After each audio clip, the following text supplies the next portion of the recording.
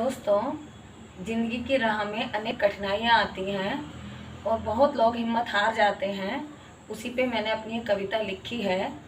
ज़िंदगी की राह आसान नहीं होती, सोचते हैं कुछ हो जाता है कुछ।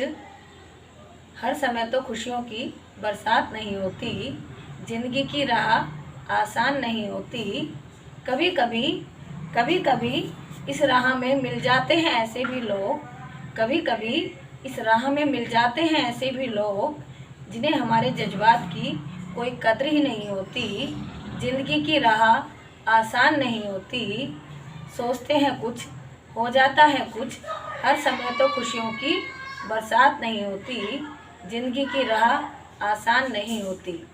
मिलते हैं कभी कभी इस राह में, मिलते हैं कभी कभी इस राह में फरिश्ते भी, पर सुख की चादर बहुत लंबी नहीं होती।